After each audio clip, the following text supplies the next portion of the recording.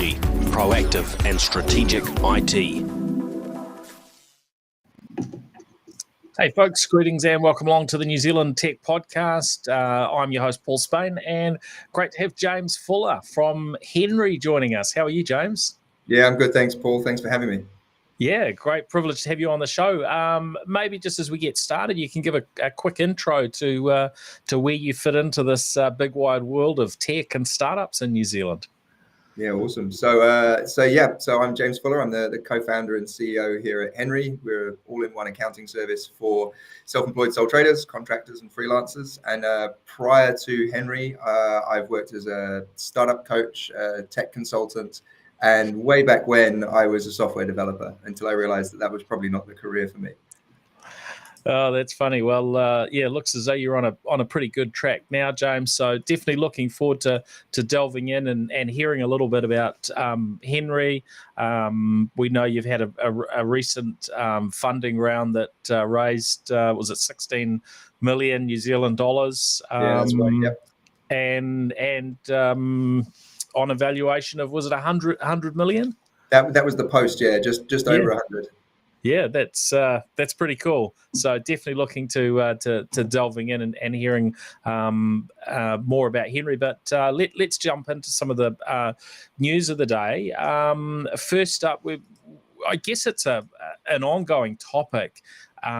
Is the challenge that we have with access to the right sort of digital skills here in New Zealand, and I saw RNZ covering this topic, and then this morning was on a call with Datacom and with AWS and a few others, and quite fascinating. Sort of hearing some of the discussions around the challenges that we have in terms of where we're at from a skills perspective, not just in the tech sector, but more broadly, across New Zealand business in terms of this lacking of skills. And in fact, with the discussion and the presentation from AWS and the research that they've recently had done,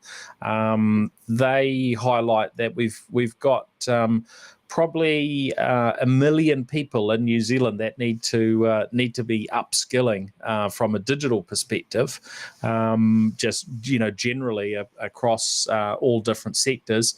And then we've got the challenges with software developers and people across the tech sector. How's that been playing out for you, James, in terms of getting access to the right skills? Oh, I think it's something that all businesses are starting to see some impacts from. I think at hnry, we're currently going through a real kind of growth phase in terms of our hiring. So particularly on the engineering side, we're doubling the size of our engineering team.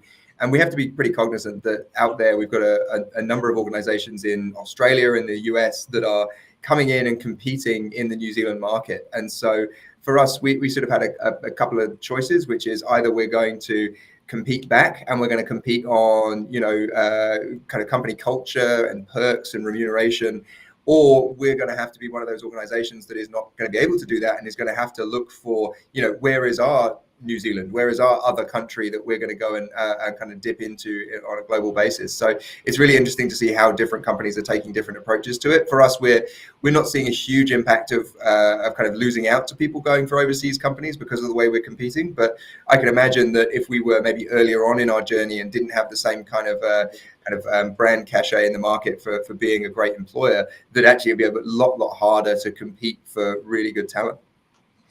Yeah, it was interesting.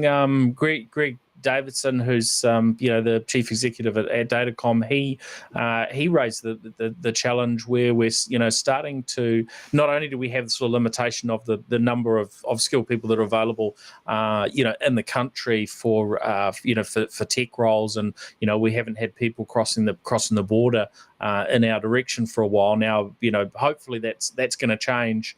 from a positive perspective, because there's also the reality that some Kiwis are going to be heading off, overseas as borders become open, more and more open elsewhere. But yeah, he was highlighting the challenge of people that are staying put in New Zealand, but being employed by American or Australian firms. So very much is a global market, isn't it? From that talent and work perspective. Yeah, it is, and we're somewhat benefited by the fact that we have a Sydney office. So we opened our Sydney office kind of early last year. We're kind of serving the Australian market and seeing a lot of growth out there as well. And that does mean that we are seeing Kiwis who are going over to Australia, and because they know of Henry from New Zealand, they're saying, hey, look, really keen to work for Henry, but I want to live and work in Australia. So we have the advantage of being able to support that, and love being able to grow that Australian team as well. But I think also we're sort of, we are aware that there are sort of almost sort of a two-tier system that's emerging for a lot of roles, where there are people who are looking for jobs and they're saying, actually, the only thing I want to do is work from home, and I don't want to come to a communal workplace. I'm happier working for fully remote businesses and doing so even if those sort of time zones are different from my other colleagues. And then on the other hand, we have people who have actually spent some time working from home for long periods during COVID, and they're actually coming out the other side and saying, whilst that was great and that was, for some it was more productive, they're saying, actually, what I really miss is, going into the office in the morning, talking to the barista downstairs, having social interaction, chatting to my colleagues, playing board games at lunch, those kind of things, getting together for pizza with the team. And we very much serve that second part. We want to create really great culture for a business where people actually have that flexibility to work from home if they need to, but also want to come in and want to spend time with each other. But I think, businesses are all having to get to a point where they need to kind of pick a road. Because if you can't kind of have both, you can't say, well, we want some people can completely be remote and we'll never see them, and occasionally they'll pop up when they turn their video on Google Meet or whatever it is. But at the same time, we really want office culture. So I think there's a lot of conversations that are happening, which is which path do we want to take, and that very much dictates the sorts of candidates that you can attract in the market. Because there are some people who said to us, in fact, we've got a new starter coming in 3 weeks as part of our platform engineering team. And they said to me, I've been self-employed for maybe 3-4 years now. And they said, I'm sick of working at home or trying to find places to work. I want office culture. I want to come in and spend time with my peers, which we just think is fantastic. And we're all for that track, rather than maybe the other one, which is, okay, we don't kind of care where people live, just as long as they come in and they're good worker bees. That's not really our culture. Yeah, that's interesting. And how are you finding that that mix in terms of from office to home, and how often are you finding that people I'm sure this varies across your team, but how does that sort of play out in terms of working from home and in the office? Some people are saying, well, it's kind of 50-50, but it does seem to vary a fair bit. And of course, throw Omicron and COVID things into the mix, and some people are a bit shy, certainly at the moment, to still be in the office as well, right? Yeah, we've left the choice with all of our staff, particularly at the moment, and said if you're not comfortable coming in, then that's fine. We've got a bunch of people who are working from home, so we kind of have a hybrid model going at the moment. And for the most part, I mean, we're so flexible as a workforce. We've got people working 6:30 till 3. We've got people who are doing some shorter days because they're doing child pickup. We've got some people doing 4.5 day weeks. I think you have to, as an employer, be flexible and open to the fact that, we only hire grown-ups, right? So everyone's responsible adults. We don't have to worry too much about that. The thing for us is that, particularly with our culture and the way that we work being highly collaborative, a lot of the things that because we move so quickly, we want to be able to have people be able to collaborate quickly, not have everything descend into a Slack conversation or have to be a meeting in order to get decisions made. And so we find that a lot of our staff just are more productive when they're together in some way. And so we haven't gone down the road of saying, well, actually, let's go for fully remote, let's employ from anywhere in the world, because we just don't think we're quite at that stage as a business where we're still 50 people, where actually we have a very kind of sort of a collaborative and close-knit culture that is quite hard to sustain when you're going fully remote and you're kind of throwing open the doors to literally employing from anywhere in any time zone in the world. Yeah, I mean, it's been interesting over a period of years to sort of follow how some tech companies, some startups have an approach which means employing people in any location, any time zone. And that does make it quite challenging in terms of how do you build culture, how do you communicate with each other when you might be asleep when other people that you're trying to work with are working, and vice versa. So yeah, I think it's going to be really interesting to see how these things evolve going forwards. But I think COVID has certainly changed the picture probably a lot faster especially for non-tech firms, but I think across tech businesses as well. So really interesting to get your perspectives and how it's working for you. Yeah, totally. I think it's really interesting, right? Because I think that we've seen a lot of our staff who, and particularly for maybe sort of younger people who are flatting, or for people who have children at home, it's been quite difficult for them, this push to remote work. And a lot of them find it actually quite difficult and quite distracting. And so I think it comes down to personal preference. Like if you want to be someone who wants to be fully remote, you have and I have a friend in London, for instance, who's been fully remote for the last couple of years. He has his home office set up. His previous commute was maybe an hour and a half each way. He has no interest in commuting, and he said to me, he's like, I'm not going into the city for anything anymore. I'm not leaving the house. I'm kind of, particularly with COVID, he said, I am here, and if I want to point my laptop at a different business, I can do that very, very quickly. I don't have to feel like I'm sort of hamstrung by the business that I work for. And I think whilst in his particular case, he's loving that flexibility of not wanting to feel tied down by an employer or have any allegiance to the employer, because he can just literally go, well, it's just another set of faces on a Zoom call each day if I want to go somewhere else.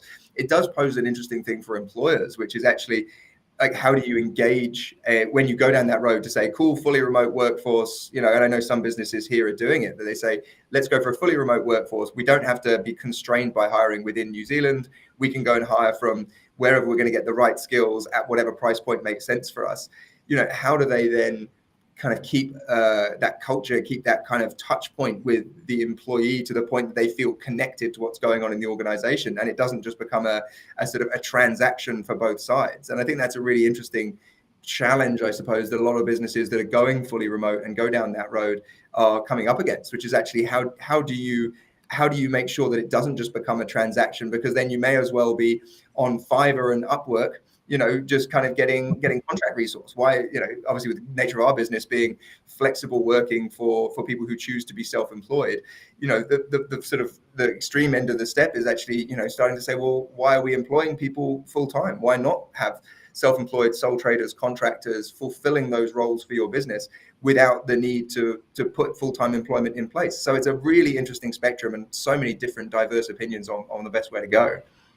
Yeah, and we certainly saw before COVID some of those remote working organisations. They would be meeting up in person and flying to events in one location. But of course, the last couple of years hasn't made that particularly practical.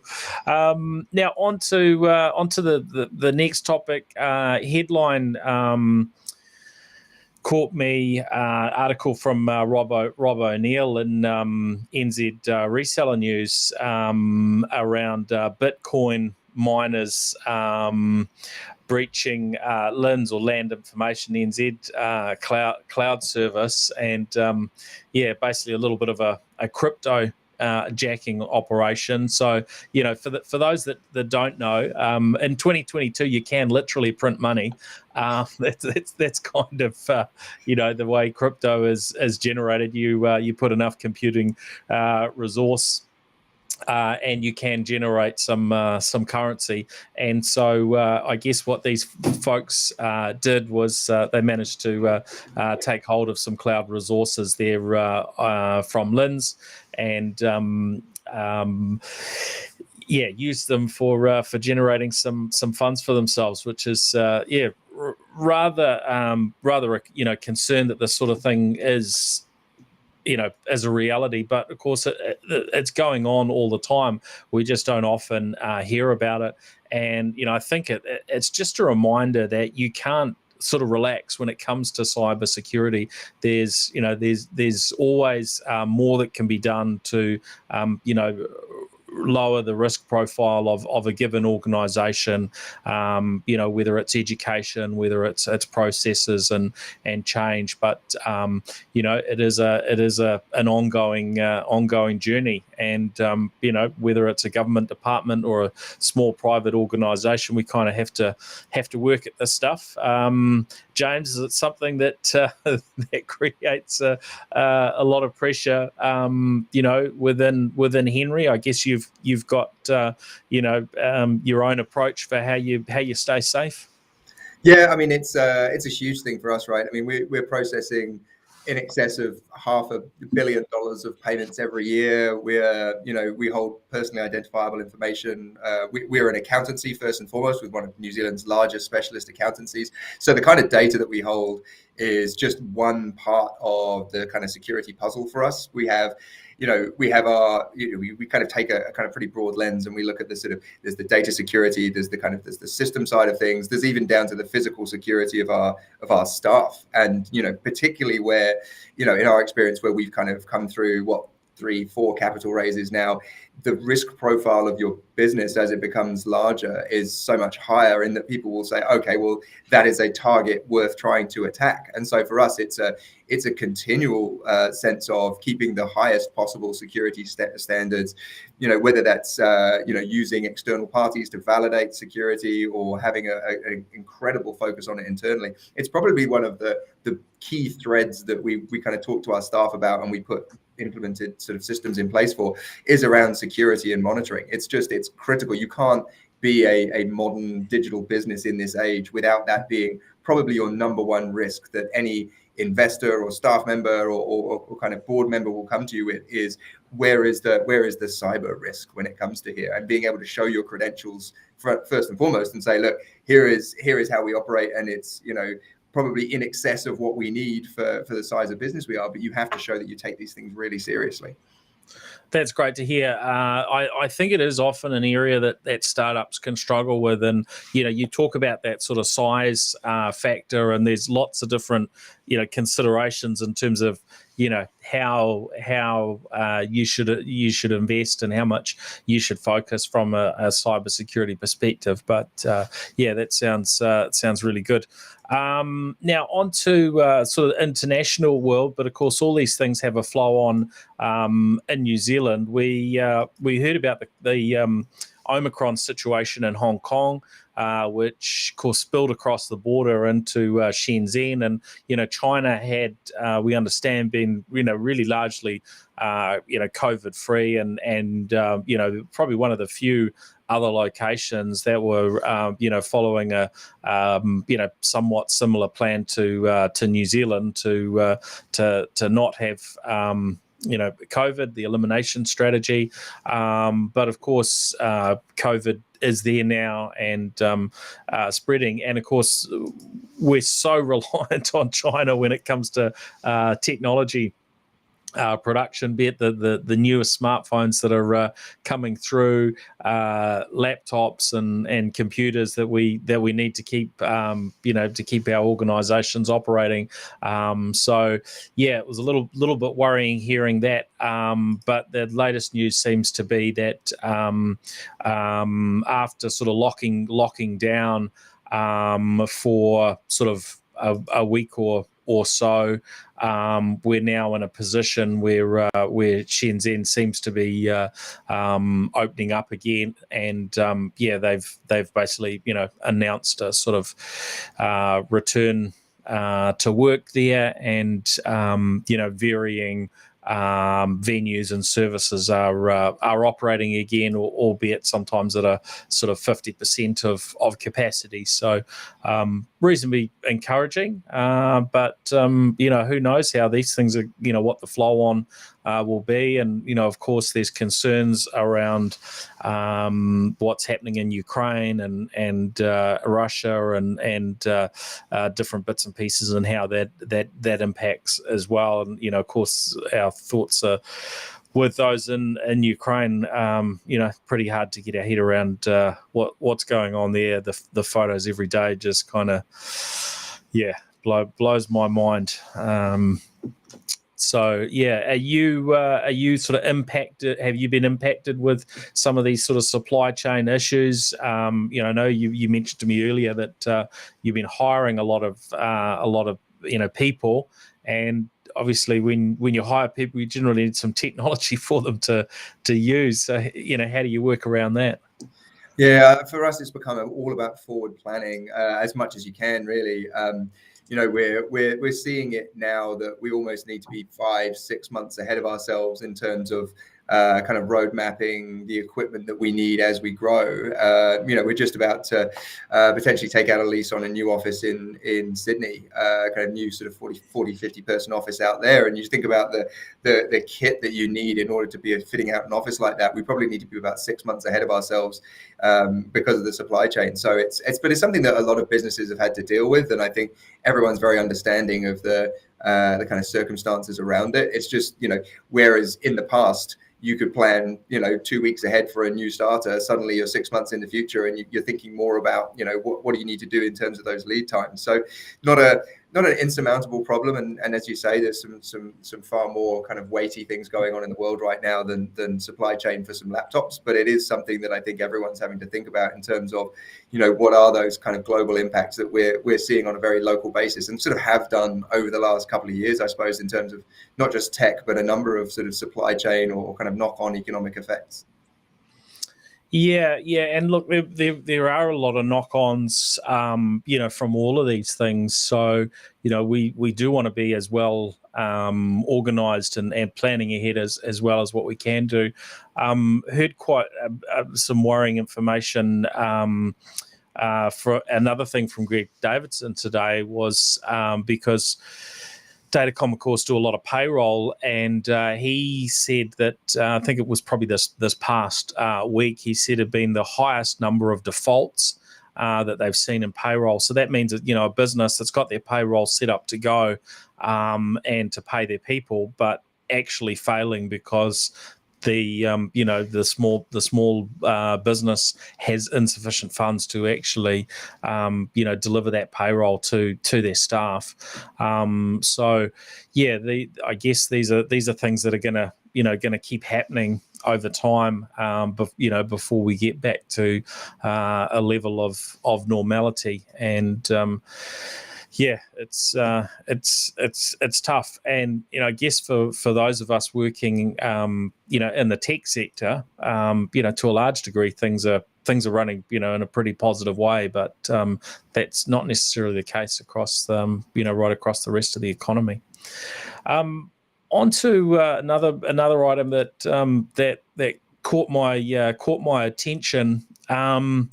And this talks to the challenges of a more tech-enabled world that we're in, and it relates to a AEG combo microwave that has become unusable after an update to I guess to these German products from AEG sort of went awry. What I read online is it said an employee manually entered a wrong number somewhere, causing an incorrect update. As a result, all combi microwaves of this type no longer work.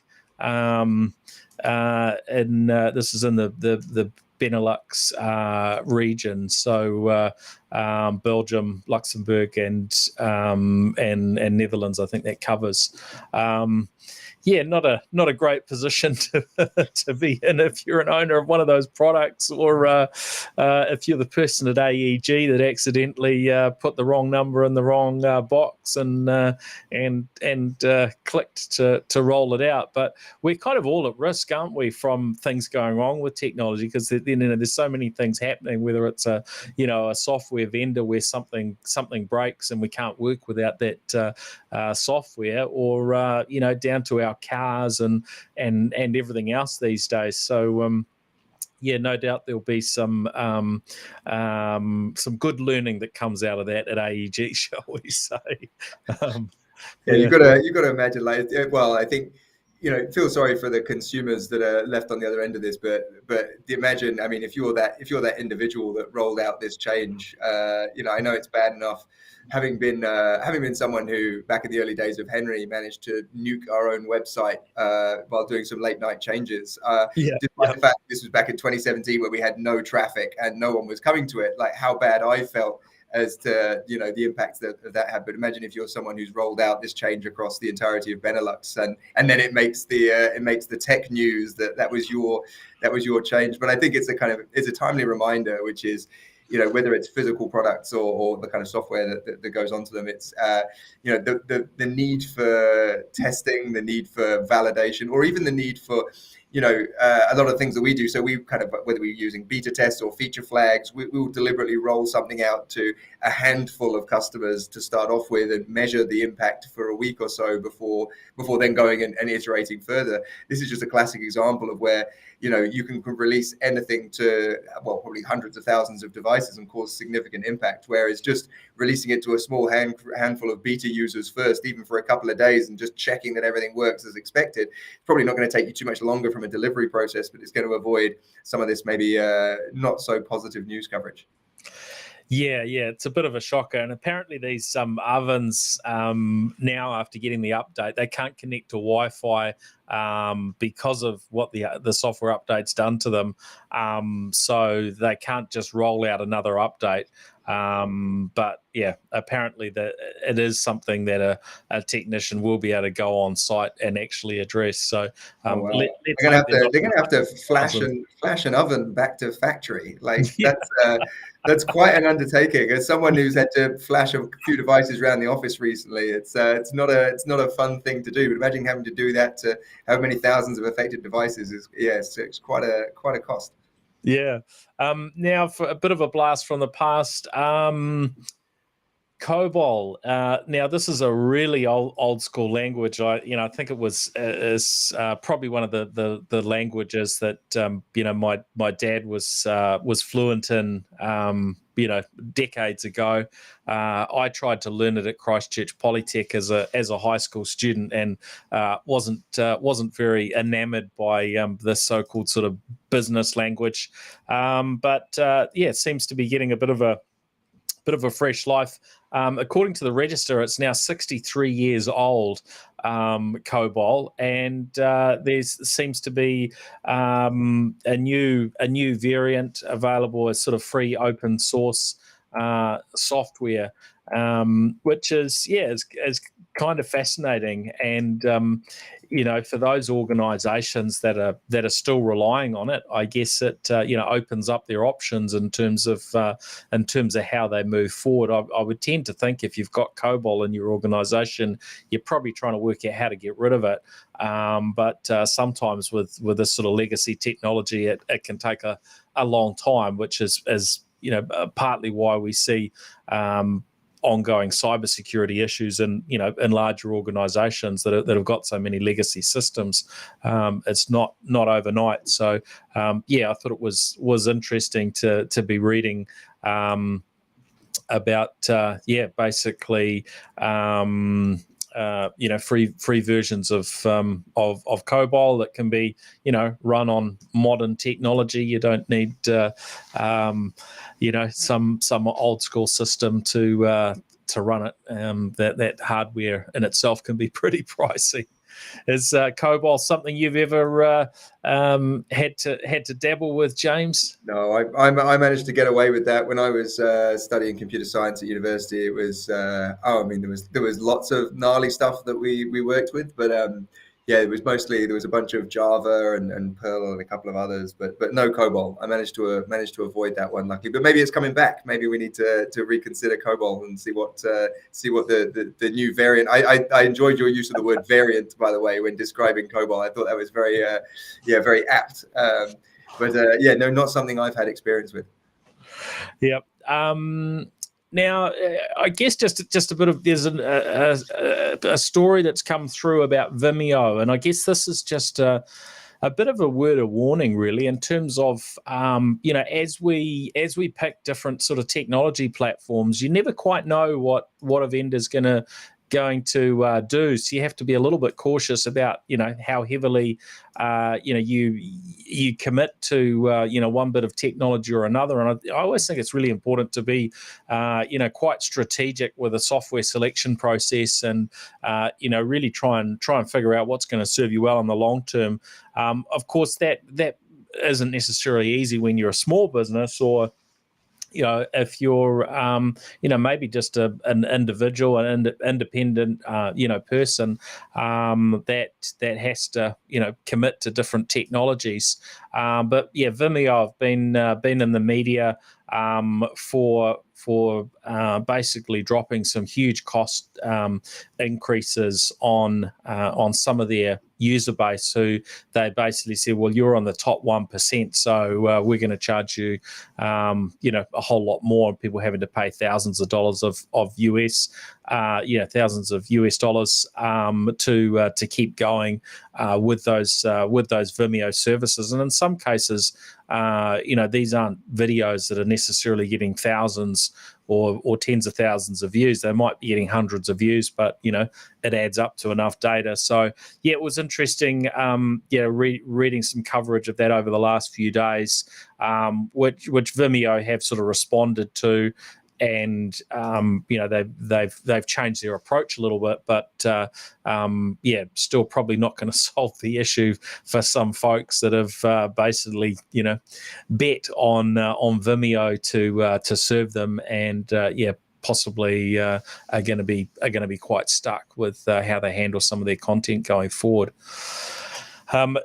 I guess you would be, James, in a position where you've got to bet on various technologies along the way, and try and make those strategic calls that must come up on a reasonably regular basis for you. Yeah, it does. It's actually it's a really big thing. Particularly, we're a relatively young business, 4 or 5 years old. So a lot of what we bet on early on is some of these become kind of medium to long term decisions. And so I think we've always got to be conscious of the fact that to a certain extent you're at the mercy of the vendor if they decide to amp up their prices, and maybe kind of when we've been victims of this a few times in the first few years of being in business, where we bet on a particular product because it's been appropriate for our use, and the pricing plan has been exactly what we needed, and then as that company grows or it changes its direction, suddenly you find yourself 3 times the cost on a monthly basis, and so we always kind of have a strategy where it's about never trying to become too wedded to a single platform without some sort of look to what are the alternatives,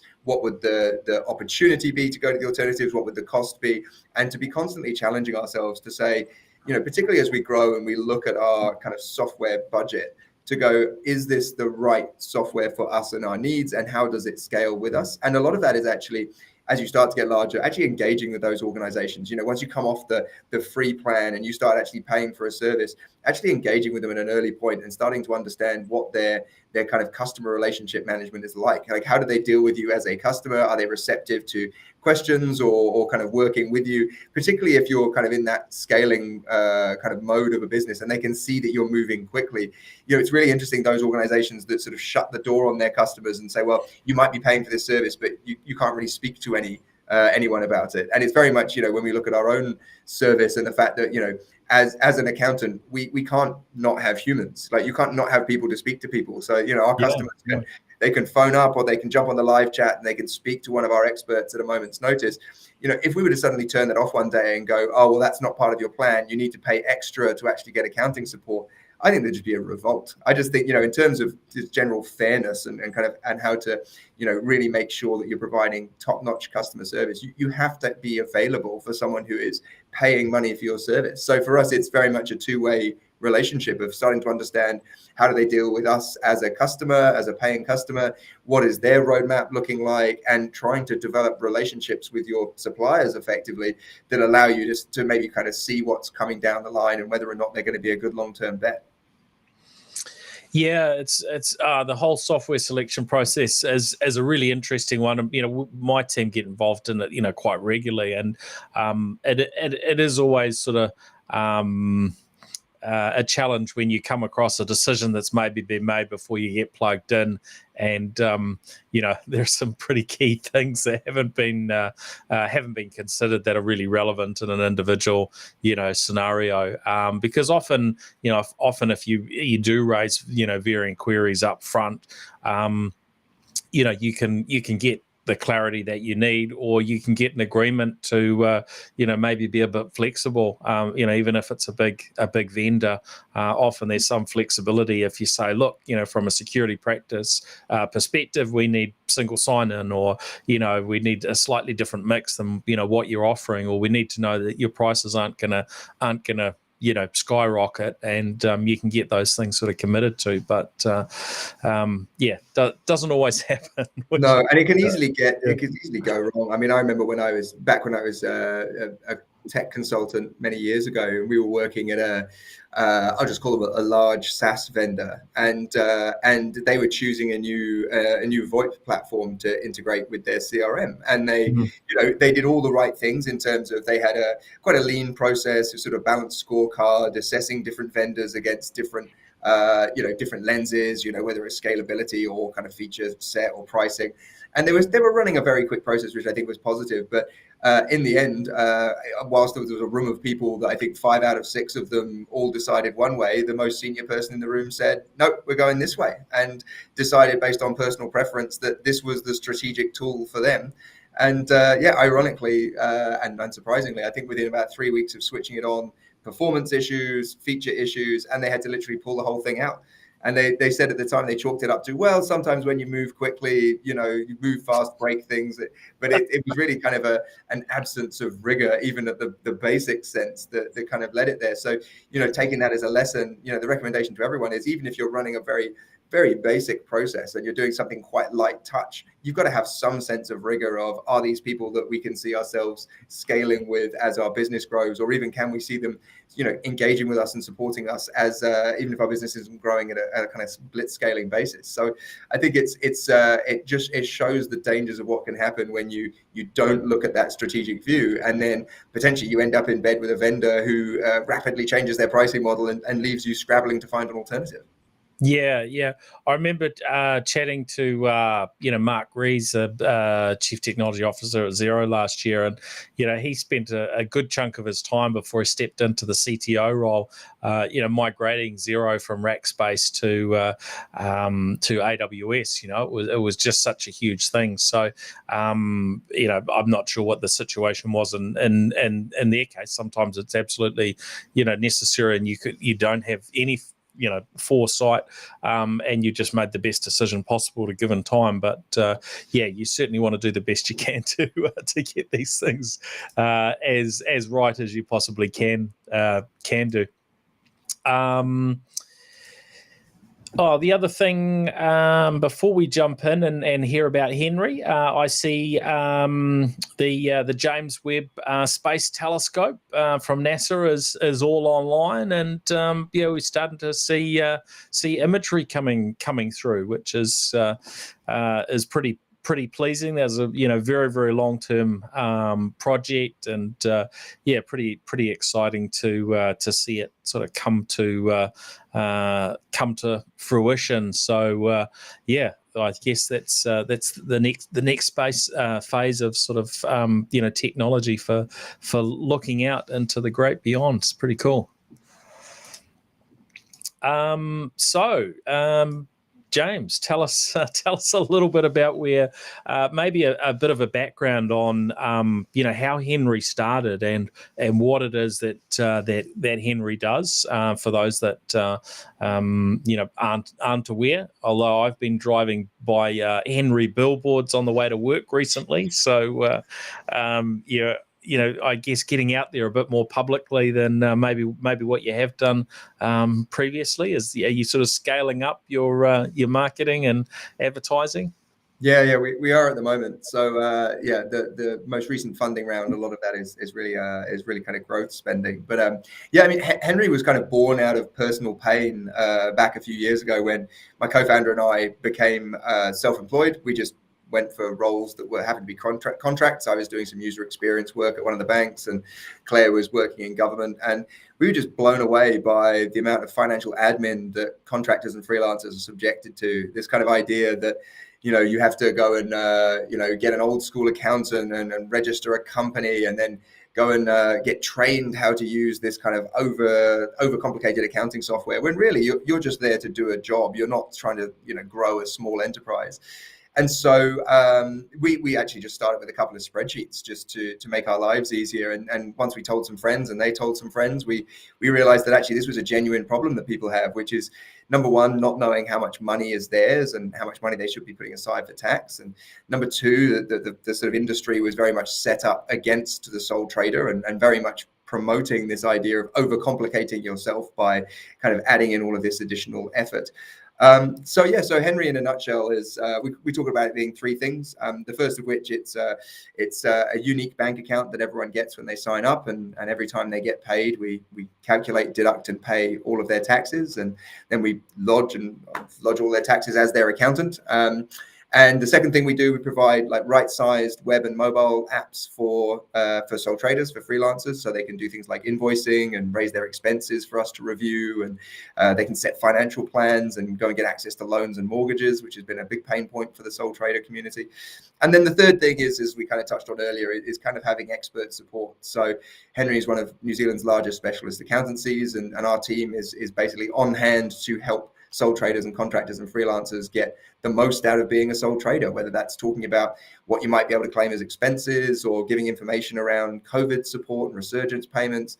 So effectively, we've sort of taken an approach which is around providing a really high quality service to sole traders, both here in New Zealand as well as in Australia. So we've seen some fantastic growth in the last few years. Most recently, I think last 18 months, we've grown about 500%. So really starting to scale very quickly. And so we just, in our most recent funding round, very late last year, we just announced earlier this year, we raised $16 million from a US venture fund called Left Lane. And they've heavily invested in the business just purely because of the growth trajectory. And we love them from the networks that they bring from a global perspective. They've got a fantastic portfolio alongside our existing investors such as EVP and Icehouse and Angel HQ.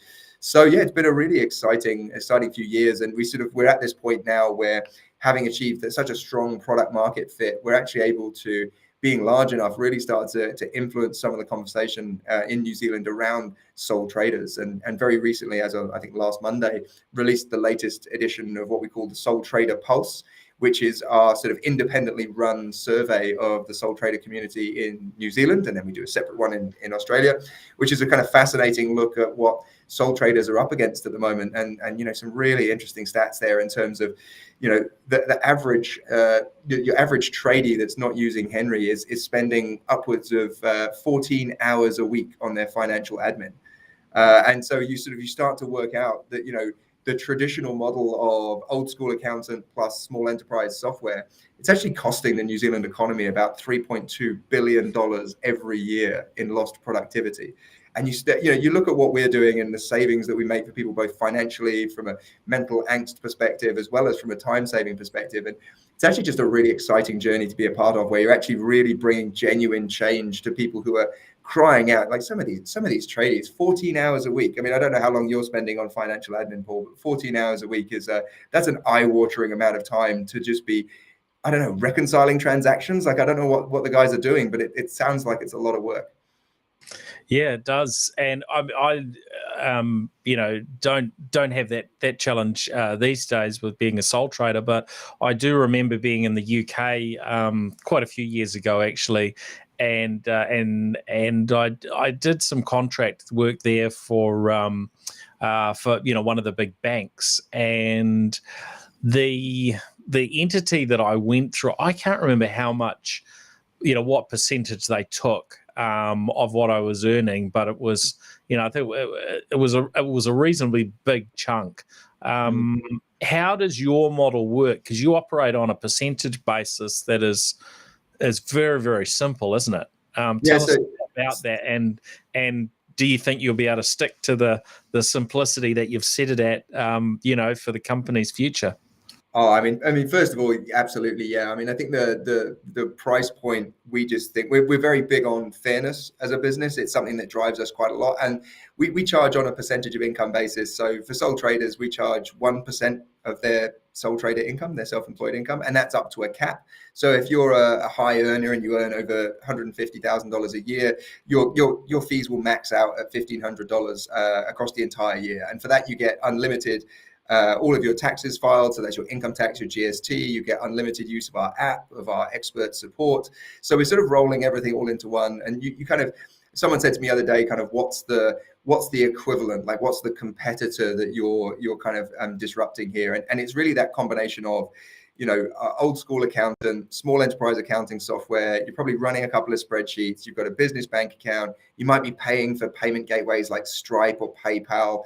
And that whole idea, and then you kind of whatever incidental costs of additional accounting support from professional services that you might not get from your existing provider, and you ball all that up, and it's no surprise that you see sole traders spending $10,000-$11,000 a year in cumulative cost for all of these different services. So for us, it's very much about being able to say, look, this is a sense of fairness here by a 1% pricing model, and it's pay as you go, which means you can still get access to the service. If you have a quiet month as a sole trader, you can still ring up, you can still use the service. You're still, you're getting the benefit, because we know we're kind of big investors in people. So we know that you're a sole trader, you're self-employed, you're a freelancer.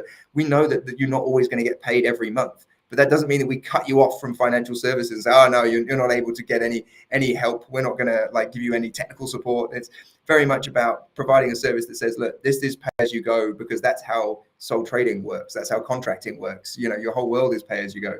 And mostly because Claire and I are not big fans of subscription models. I think, we've both been in the position in the past where, you get that impetus in January to join a gym, and then you go along and you're like on a $30 a month monthly contract or whatever, and after 2 months you drop off the face of the earth, and then you can't be bothered going in and having that awkward conversation, so you end up having this charitable donation of $25-$30 a month to the gym.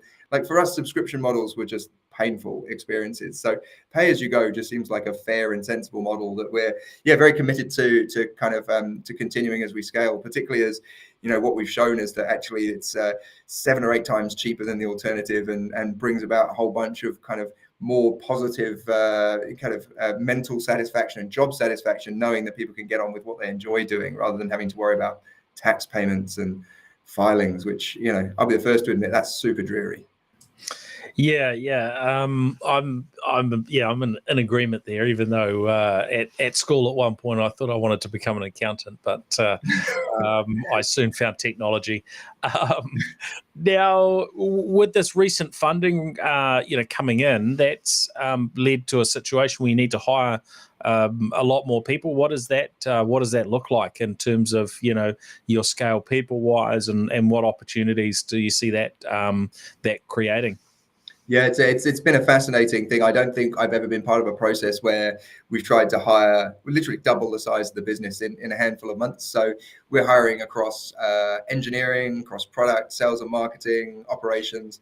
And it's really exciting. It's actually one of those where I think condensing it into a short space of time is actually quite energizing when you're having interviews with people and you're telling the story. And obviously you can tell I get super excited about our journey here, but telling the story of Henry and seeing people going away really excited about the opportunity of working with a high performing team. It's actually it's a very energizing experience. Obviously we're as we were talking about earlier, there's certain sort of challenges that we see that we've got to overcome when it comes to attracting people from who are kind of getting competition from overseas companies. But what we find is actually being a fast-growing Kiwi company that is looking locally at bringing resources in. There's a certain amount of kind of cachet that we get from the recruitment market, where actually every day people are contacting us and saying, hey, I'm just really excited about the journey. I want to have an opportunity to work at Henry. And we're very much of the opinion that with smart people, you can kind of fit smart people into your organization without having to pigeonhole them into a specific role.